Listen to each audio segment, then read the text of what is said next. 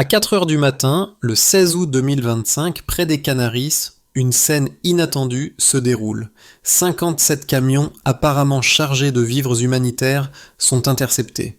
Sous les sacs d'aide, une découverte choquante, un arsenal militaire complet, des fusils AK-47 au missile. Pourquoi ces armes étaient-elles ici et que change la décision du président Ibrahim Traoré de les exposer au grand jour? Cette révélation pourrait-elle bouleverser l'avenir du Burkina Faso et de la région tout entière? Cette saisie n'est pas qu'une simple interception. Elle marque un tournant dans l'histoire du Burkina Faso. Ibrahim Traoré, en exposant cette affaire au grand jour, lance un message fort. Le pays refuse de devenir une proie facile dans le jeu géopolitique mondial. Le défi est de taille. Un réseau international d'armement à la solde d'intérêts obscurs, soutenu par des acteurs puissants. En révélant ces preuves, le président fait le choix audacieux de se confronter à ceux qui manipulent dans l'ombre. Ce choix comporte de lourdes conséquences. Traoré risque non seulement sa position, mais il s'attaque à un système de pouvoir qui s'étend bien au-delà des frontières du pays. Sa décision d'affronter cette réalité montre une autre facette du Burkina Faso. Un État qui, malgré ses vulnérabilités, entend se défendre seul et bâtir un avenir sans ingérence extérieure. L'enjeu est clair. La souveraineté du pays est en jeu et Traoré sait que cette affaire pourrait redéfinir le destin de la nation. La révélation de l'arsenal n'est que le début. Ce qui semblait être une simple saisie d'armes se transforme en une opération militaire d'une envergure bien plus grande. Les premiers indices, découverts lors de l'inspection des camions, pointent vers un réseau complexe et bien organisé. Ce qui apparaissait comme un incident isolé se relie à une chaîne d'approvisionnement mondiale d'armement. Selon les premières analyses, les numéros de série effacés sur les armes mènent à des usines en Europe de l'Est et au Moyen-Orient. Ces armes, loin d'être des produits de contrebande locale, ont des liens directs avec des conflits internationaux en Libye et au Yémen. Ibrahim Traoré comprend vite que ce n'est pas seulement une affaire de sécurité intérieure, il s'agit d'un complot global conçu pour déstabiliser son pays et la région. Environ 700 millions de dollars de matériel militaire sont impliqués dans cette affaire. Les armes étaient destinées à alimenter une guerre secrète qui aurait pu ravager le Burkina Faso et ses voisins. L'étendue de la conspiration se dévoile progressivement. À mesure que l'enquête progresse, d'autres éléments confirment la présence d'un réseau de complicité à l'intérieur du pays, mais aussi à l'étranger, dans des capitales comme Abidjan et Accra. Au fil des jours, l'enquête menée par les services de renseignement met en lumière un plan plus vaste, des attaques coordonnées visant plusieurs villes africaines et la création d'un climat de chaos propice à un coup d'État. La vitesse à laquelle les autorités burkinabées réagissent impressionne. Le gouvernement, sous la direction de Traoré, mobilise immédiatement ses forces armées et ses services de renseignement pour démanteler ce réseau. Mais, plus important encore, ce dénouement met à jour une vérité qui dépasse l'opération en cours. Le Burkina Faso n'est plus un simple spectateur dans le jeu politique mondial.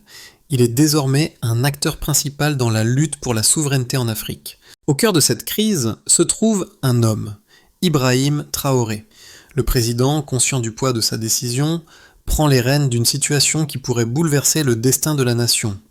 Dès la découverte de l'arsenal, il convoque une réunion d'urgence avec son Conseil national de sécurité. Les généraux et ministres présents sont frappés par l'ampleur de la menace, mais aussi par la détermination de leur leader. Traoré sait que chaque moment compte. L'heure est venue de prendre des mesures décisives pour contrer l'infiltration étrangère. Au-delà de l'aspect militaire, c'est un choix moral profond qu'il doit assumer. Son action n'est pas seulement défensive, elle est un message à l'intérieur comme à l'extérieur du pays. Le Burkina Faso ne se laissera pas écraser par les puissances extérieures. Traoré comprend que sa décision de rendre publiques les preuves met en jeu la stabilité politique du pays, mais c'est un risque qu'il est prêt à prendre. Pour lui, l'enjeu est clair. Sauver la souveraineté du Burkina Faso et protéger son peuple des forces qui tentent de l'asservir. À ce moment-là, l'impact immédiat sur la société burkinabé est profond. La population, jusque-là peu au fait de la gravité de la situation, prend conscience de la menace réelle qui pèse sur son avenir. Des manifestations de soutien à l'action du président émergent, alors même que des critiques commencent à se faire entendre de l'étranger. Mais Traoré, fort de son engagement et de la solidarité croissante à l'intérieur du pays continuent de pousser l'enquête. Chaque action qu'il prend est un pas vers la transformation d'un pays affaibli en une nation capable de se défendre seule. L'affaire prend une tournure décisive dès le deuxième jour. Les premiers résultats des investigations révèlent l'étendue du réseau international impliqué. Les armes saisies ne sont que la première phase d'une opération bien plus vaste, planifiée depuis des mois. Les numéros de série retrouvés sur les fusils et les autres équipements militaires font écho à des conflits internationaux. Les camions interceptés provenaient de Lidun, en sens, on a de Libye, du Yémen et même de certaines usines clandestines en Europe de l'Est. Cette prise de conscience fait l'effet d'une bombe. Ce n'est plus un simple acte de contrebande, mais un plan militaire coordonné, avec des ramifications profondes à travers plusieurs continents. Immédiatement, Ibrahim Traoré ordonne une série de mesures pour sécuriser le pays. Les services de renseignement sont divisés en cellules spécialisées. Traçage financier, identification des acteurs politiques et économiques impliqués, cartographie des routes logistiques utilisées par les contrebandiers. L'objectif est clair, ne laisser aucune faille dans le système de défense du pays. Le gouvernement met en place un dispositif de surveillance renforcé sur les frontières en collaboration avec les forces armées et les autorités locales. En parallèle, les premiers suspects commencent à parler. L'un d'entre eux révèle qu'un entrepôt secret à Ouagadougou devait recevoir une partie du matériel militaire. Cela déclenche une nouvelle vague d'opérations à l'échelle nationale. En réponse à cette révélation, les forces spéciales du Burkina Faso lancent une opération d'envergure baptisée Tempête sur Ouagadougou. Dès 6h du matin, le 20 août 2025, 23 perquisitions simultanées sont menées à travers la capitale. Les équipes, coordonnant chaque mouvement, ont pour mission de neutraliser les gardes armés et de récupérer les preuves avant qu'elles ne disparaissent. En moins de 4 heures, 17 caches d'armes sont découvertes. Fusils d'assaut, grenades et matériel de communication militaire sont saisis, une découverte qui confirme les craintes des autorités burkinabées. Un complot mondial est en train de se dessiner sous leurs yeux. Cette première victoire est marquée par des révélations qui secouent la classe politique locale. Les documents saisis dans les entrepôts révèlent des liens directs entre des acteurs influents du Burkina Faso et des réseaux financiers étrangers. Des noms d'anciens ministres, de généraux retraités, mais aussi de diplomates et d'hommes d'affaires apparaissent sur des listes secrètes. Ils semblent avoir joué un rôle clé dans la facilitation de l'entrée des armes et des fonds nécessaires à l'opération. Les services de renseignement, poussés par ces découvertes, accélèrent leurs investigations pour comprendre le rôle exact de chaque individu et identifier les derniers maillons de ce réseau tentaculaire. Les révélations font rapidement le tour du monde. Le président Traoré, conscient de l'impact que cette affaire pourrait avoir sur la stabilité de son gouvernement, prend la décision audacieuse de rendre publiques certaines des informations collectées. Dans une conférence de presse extraordinaire, il dévoile une partie des documents saisis, accompagnés de photos des armes découvertes. Ce geste audacieux vise à montrer que le Burkina Faso est prêt à se défendre et à dénoncer les forces extérieures qui tentent de le déstabiliser. La réaction internationale est immédiate. Certains pays occidentaux expriment leurs inquiétudes, accusant Traoré de manipuler la situation à des fins politiques. Mais à l'intérieur du pays, le président reçoit un soutien massif et la population se rassemble derrière lui, consciente que cette opération pourrait être la clé de leur souveraineté future. L'enquête continue de se déployer et chaque jour semble apporter de nouvelles révélations. Des réseaux de contrebande sont démantelés, des complices sont arrêtés et les forces burkinabées gagnent du terrain contre ceux qui ont tenté de diviser et de manipuler le pays. Ce n'est pas seulement une victoire militaire, mais aussi une affirmation de la souveraineté du Burkina Faso face aux puissances étrangères. L'enquête, menée par les forces burkinabées, se nourrit de données tangibles et précises qui confirment la portée du complot. L'une des premières découvertes majeures est le montant total estimé des armes saisies, près de 700 millions de dollars. Cette somme colossale inclut des centaines de milliers de fusils Standard Satisso, des millions de cartouches, des grenades, des lance-roquettes et des missiles. Ces chiffres, froids et factuels, révèlent non seulement l'ampleur de l'opération, mais aussi son caractère international. Chaque arme retrouvée a une histoire, une trajectoire et une connexion avec des événements de guerre bien réels. Les experts militaires burkinabés soutenu par des analystes internationaux, se penche sur les numéros de série effacés. Grâce à des technologies médico-légales avancées, ils parviennent à retracer l'origine de plusieurs armes jusqu'à des usines situées en Europe de l'Est et dans des zones de conflit comme la Libye et le Yémen. Les informations fournies par Interpol confirment que des cargaisons similaires ont été utilisées dans des conflits récents et que certaines de ces armes ont même été utilisées dans des attaques terroristes à travers le Moyen-Orient. Ce n'est pas un accident. Ce réseau international d'armement est bien organisé et sa portée dépasse largement les frontières du Burkina Faso. Les chiffres deviennent encore plus percutants lorsqu'ils sont mis en perspective avec les capacités logistiques du réseau. Les enquêteurs estiment que près de 25 000 AK-47, 10 000 M16, 13 millions de cartouches, 2500 lance-roquettes et 50 tonnes d'explosifs ont été envoyés au Burkina Faso en plusieurs cargaisons. Ce n'était pas simplement une tentative de déstabiliser un seul pays, mais une opération visant à semer le chaos dans toute la région du Sahel.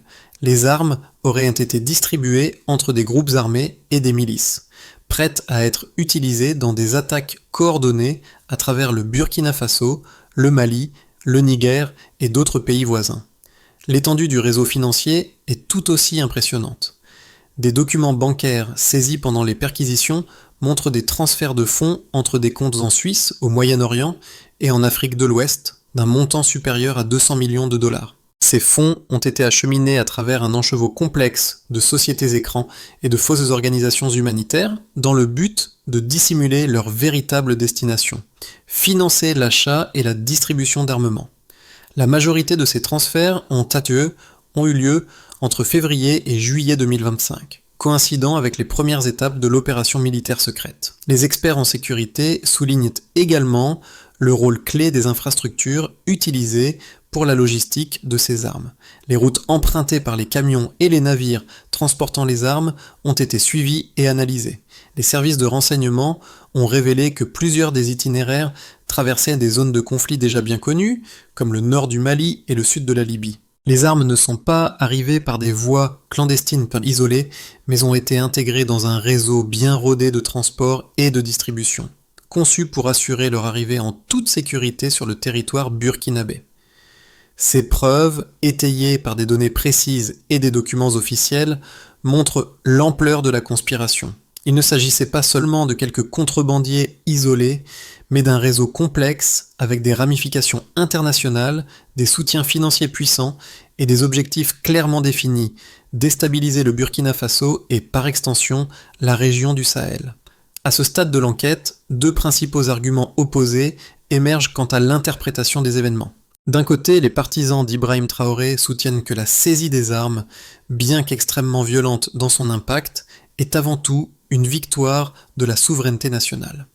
Selon cette ligne de pensée, les preuves collectées ne laissent aucun doute. Le Burkina Faso a été la cible d'une conspiration mondiale visant à déstabiliser sa stabilité interne et à perturber la paix dans la région. Traoré, en prenant la décision courageuse de rendre publiques les preuves, n'a fait que renforcer l'autorité du gouvernement face à des puissances extérieures qui tentent d'interférer dans les affaires internes du pays. Cet argument est soutenu par les faits tangibles. Les armes et les fonds retrouvés sont d'une ampleur jamais vue auparavant. Les numéros de série des armes correspondent à des conflits en cours dans le Sahel et au Moyen-Orient, ce qui confirme l'existence d'une mainmise extérieure. En dévoilant ces informations, Traoré ne se contente pas de protéger son pays, mais il envoie également un message clair au reste du monde. Le Burkina Faso ne sera plus un simple pion dans un jeu géopolitique plus large. Il revendique son droit à la souveraineté et à l'autodétermination. De l'autre côté, cependant, certains critiques remettent en question l'interprétation officielle des événements. Selon eux, la mise en scène de cette saisie massive d'armes pourrait être une stratégie politique soigneusement orchestrée par Traoré pour détourner l'attention des difficultés économiques internes du pays. L'argument est qu'en exposant ces armes et en alimentant un discours nationaliste, Traoré cherche à solidifier son pouvoir en période de crise économique. En effet, les sanctions internationales qui pèsent sur le Burkina Faso et les tensions croissantes au sein de la communauté internationale pourraient expliquer cette action radicale, une tentative de redéfinir le récit public et de galvaniser un soutien populaire face à la pression extérieure. Les critiques soulignent également que, bien que l'ampleur de la saisie soit impressionnante, il n'existe aucune preuve définitive liant ces armes à des acteurs étrangers spécifiques malgré les numéros de série retrouvés. De plus, certains experts estiment que les armes saisies pourraient être le fruit d'un marché noir local, et non d'un complot mondial coordonné. L'absence de preuves irréfutables, selon eux, laisse place à des doutes quant à la véritable nature de l'opération. Ainsi, bien que la vérité apparaisse incontestable pour certains, elle reste sujette à des interprétations divergentes.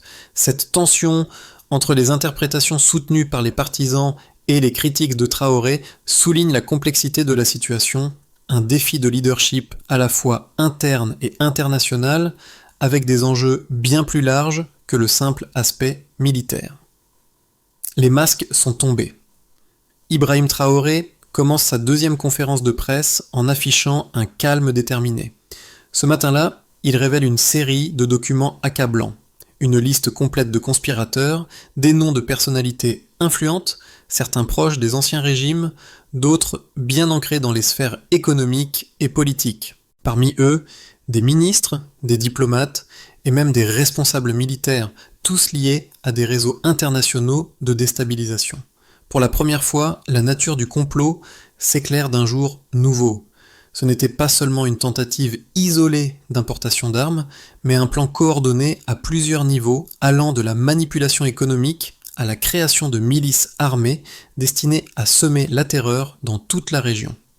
Le projet, que les services de renseignement ont maintenant retracé jusque dans ses moindres détails, comprend également une tentative de renversement du gouvernement burkinabé. Des fonds ont été acheminés via des canaux discrets et des armes ont été stockées dans des entrepôts secrets, prêts à être distribués. Les preuves sont accablantes. Le président Traoré, avec une transparence inédite, expose tous les éléments devant la presse nationale et internationale. Ce geste marquera un tournant dans l'histoire de l'Afrique de l'Ouest. La révélation des complots et la saisie des armes ont des conséquences profondes qui se manifestent immédiatement sur plusieurs fronts. D'un côté, la victoire de Traoré est une confirmation de la souveraineté retrouvée du Burkina Faso. La communauté internationale, prise au dépourvu par l'ampleur du réseau, commence à reconnaître l'efficacité de l'opération. Les sanctions économiques qui pesaient sur le pays connaissent un léger recul, et des partenaires jusqu'alors réticents, comme la Russie et la Chine, commencent à offrir un soutien accru, tant diplomatique qu'économique. Traoré parvient à redéfinir son rôle sur la scène mondiale, celui d'un leader capable de défendre son pays face à des puissances étrangères, tout en consolidant les relations avec ses voisins africains. Au niveau national, l'impact est tout aussi significatif. La population burkinabé, jusque-là partagée entre scepticisme et résignation face aux tensions internes, se réunit derrière son président. Des manifestations de soutien massives surgissent dans tout le pays, des rues de Ouagadougou aux villages les plus reculés. Les citoyens se sentent désormais partie prenante d'une histoire qu'ils n'avaient pas choisie mais qu'ils doivent défendre. Le peuple, autrefois isolé et désemparé par des années de crise économique et politique, voit en Traoré un symbole de résistance face aux ingérences extérieures. Cependant, ces révélations n'apportent pas uniquement de la stabilité. Elles mettent également en lumière les fractures au sein de l'État. Le réseau de complicité qui a été découvert a laissé des cicatrices profondes dans le système de gouvernance du pays. Des personnalités politiques de haut rang, accusées de trahison, sont mises sous enquête. La confrontation entre le désir de justice et les réalités politiques internes devient inévitable. Traoré, tout en naviguant avec prudence, doit gérer une pression croissante pour garantir que les responsables soient traduits en justice, tout en évitant de raviver les tensions sociales déjà présentes. L'ampleur de cette crise a également un impact sur la stabilité régionale. Les pays voisins, notamment le Mali et le Niger, commencent à adopter des mesures de sécurité renforcées sur leurs propres frontières. Le Burkina Faso devient un exemple pour les autres nations de la région qui se rendent compte que la menace de déstabilisation transcende les frontières. Le Sahel tout entier se trouve pris dans une dynamique nouvelle où la lutte pour la souveraineté nationale devient un impératif partagé. Les discussions sur une coopération régionale en matière de sécurité et de développement se multiplient, et un nouvel élan pour l'indépendance politique de la région voit le jour. En fin de compte, bien que la situation demeure fragile, le Burkina Faso émerge de cette épreuve avec un message clair. L'avenir appartient à ceux qui sont prêts à se battre pour leur liberté. Les événements des derniers mois ont radicalement transformé la perception de la nation, tant à l'échelle locale qu'internationale. Ce n'est plus un pays à la merci des puissances étrangères, mais une nation qui choisit de prendre son destin en main. Le chemin reste semé d'embûches, mais la victoire dans cette première bataille représente un tournant décisif pour l'avenir de l'Afrique. Le Burkina Faso se trouve à un carrefour décisif. Selon les développements dans les mois à venir, plusieurs trajectoires peuvent se dessiner pour l'avenir de la nation. 3 scénarios sont possibles, chacun avec ses propres enjeux et risques. Dans une perspective de base, il est envisagé une consolidation régionale et un rétablissement économique. Dans ce scénario, la situation se stabilise progressivement. Après l'onde de choc des révélations, le gouvernement d'Ibrahim Traoré parvient à rétablir une certaine normalité. Les enquêtes sur les complots internes avancent sans heurts, et les principaux responsables sont traduits en justice. Le pays continue de renforcer ses frontières et d'améliorer ses infrastructures de sécurité. L'économie, bien que marquée par la crise, commence à se redresser grâce à l'entrée de nouveaux partenaires commerciaux, notamment la Russie et la Chine, qui offrent un soutien technique et financier. La coopération avec les pays voisins du Sahel s'intensifie et le Burkina Faso devient un acteur plus affirmé dans les discussions sécuritaires régionales. Ce scénario suppose que les tensions internes restent sous contrôle et que le pays parvienne à surmonter ses défis économiques à court terme, renforçant ainsi sa souveraineté sans trop de perturbations sociales. Dans un scénario optimiste, il est question d'une transformation socio-économique faisant du pays un modèle régional. Dans ce scénario, l'affaire des armes devient un catalyseur pour un changement profond et positif. Les investissements étrangers, notamment dans les secteurs de la sécurité, des infrastructures et de l'industrie, se multiplient. Le Burkina Faso transforme une crise en opportunité avec des projets de reconversion des armes saisis en biens civils. Une partie ayant été fondue pour créer des matériaux destinés à des écoles, des hôpitaux et des routes. Ce geste symbolique permet de renforcer l'identité nationale et de transformer le pays en un modèle de souveraineté créative. Les réformes internes, soutenues par une forte volonté politique, permettent à l'économie burkinabé de croître à un rythme soutenu, tandis que la région du Sahel commence à voir le pays comme un exemple de résistance et de résilience face aux défis géopolitiques. Dans un scénario plus sombre, on évoque une possible escalade des tensions et un isolement diplomatique. Dans ce scénario, les pressions internes et externes sur le gouvernement de Traoré deviennent insoutenables. La remise en cause des décisions politiques, combinée à des critiques croissantes de la part de certains alliés africains et occidentaux, entraîne une instabilité sociale. Les sanctions internationales, bien que partiellement levées, pèsent toujours lourdement sur l'économie burkinabé. Et le pays se retrouve isolé sur le plan diplomatique. Les tensions au sein de la population, exacerbées par des difficultés économiques et une gestion perçue comme autoritaire, risquent de conduire à des troubles sociaux. L'instabilité régionale pourrait également s'intensifier si les actions de déstabilisation se poursuivent, ce qui compliquerait davantage la situation du Burkina Faso. Le pays pourrait se retrouver dans une impasse, où la question de son avenir devient incertaine. Dans tous les scénarios, une chose est claire. Le Burkina Faso est à un tournant de son histoire. Le leadership de Traoré, sa capacité à naviguer entre ces différents défis et sa vision de l'avenir détermineront le chemin que prendra le pays. L'histoire du Burkina Faso, telle qu'elle s'est écrite au cours des derniers mois, est bien plus qu'un simple récit de géopolitique ou de conflit. C'est celle d'un peuple qui a choisi de se relever, d'un président qui a pris des décisions difficiles pour sauver son pays et d'une nation qui, malgré ses défis, se tient debout face aux géants. Ce moment de crise n'a pas seulement marqué la politique burkinabé, mais il a réveillé une conscience collective. Aujourd'hui, dans les rues de Ouagadougou, on parle moins de la peur et plus de la fierté. Fierté d'avoir surmonté une menace qui aurait pu détruire bien plus que des infrastructures, mais aussi la souveraineté même du pays. Cette lutte a réuni des citoyens de tous horizons, de toutes générations, autour d'une même cause, celle de la dignité nationale. Pour les jeunes, c'est l'espoir de voir un pays capable de se défendre, de tracer son propre chemin sans être soumis à la volonté des puissances étrangères. Pour les anciens combattants, c'est la reconnaissance d'une victoire qui dépasse les champs de bataille, celle de la souveraineté retrouvée. Mais au-delà de la fierté collective, il y a un message plus profond.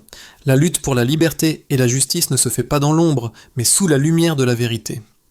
Ce que le Burkina Faso a accompli en exposant au grand jour l'ampleur de la conspiration va au-delà des frontières. Cela donne à tous les peuples une leçon précieuse. Le courage d'un seul homme, accompagné de la détermination d'un peuple, peut faire trembler les fondements même d'un système global. Le Burkina Faso ne regarde plus l'avenir avec crainte, mais avec la certitude qu'il peut décider de son destin. Face à cette crise et aux révélations qu'elle a provoquées, le président Ibrahim Traoré propose un plan en 5 étapes pour assurer un avenir durable et solide pour le Burkina Faso. Ce plan vise à transformer les épreuves traversées en fondation pour la reconstruction nationale, tant sur le plan économique que social. Comme première étape, il est proposé de sécuriser totalement les frontières. La priorité est d'assurer la sécurité du pays, en consolidant les frontières et en mettant en place un réseau de surveillance de pointe. Cela inclut l'utilisation de technologies modernes telles que la surveillance par satellite pour prévenir toute nouvelle tentative d'infiltration. Le pays mettra en place des unités mixtes regroupant l'armée, la gendarmerie et les populations locales, assurant ainsi une sécurité renforcée à tous les niveaux. Comme deuxième étape, il est prévu de transformer les armes saisies en ressources utiles. Les armes récupérées lors de l'opération seront fondues et transformées en ressources utiles à la population. Une partie sera réutilisée pour renforcer les infrastructures locales, notamment en produisant du matériel scolaire et médical. Ce geste symbolique, celui de transformer des instruments de guerre en outils de paix, renforcera le sentiment de solidarité nationale et marquera un tournant vers un avenir pacifique. Comme troisième étape, un système de traçabilité financière et de transparence doit être instauré. Un système de suivi rigoureux sera mis en place pour garantir que chaque centime issu des fonds saisis ou des sanctions soit réinvesti dans des projets sociaux et économiques visibles pour la population. Un portail de transparence permettra aux citoyens de suivre en temps réel l'utilisation des fonds, garantissant ainsi une gestion claire et responsable. Comme quatrième étape, un effort de consolidation diplomatique est envisagé. Sur le plan international, le Burkina Faso renforcera ses alliances avec des partenaires africains et stratégiques, notamment dans les domaines de la sécurité et du commerce. Le pays s'efforcera de réduire sa dépendance à l'aide extérieure et de promouvoir une coopération régionale plus indépendante. Comme cinquième étape, une réforme de la communication publique est annoncée. Il est essentiel que la population soit informée de manière régulière et transparente. Le gouvernement mettra en place une réforme de la communication pour lutter contre la désinformation et garantir que les citoyens aient un accès direct à la vérité, tout en maintenant un dialogue ouvert avec les différentes composantes de la société. Ce plan, conçu pour durer, est plus qu'une réponse à la crise immédiate. Il représente une vision pour un Burkina Faso souverain et prospère. Souhaitez-vous continuer avec la partie suivante, le geste d'Ibrahim Traoré, lorsqu'il dépose un fusil dans le chaudron pour le fondre, ne sera jamais oublié. Ce symbole de transformation, celui de convertir la violence en espoir, marque la fin d'un chapitre sombre et le début d'une ère nouvelle pour le Burkina Faso.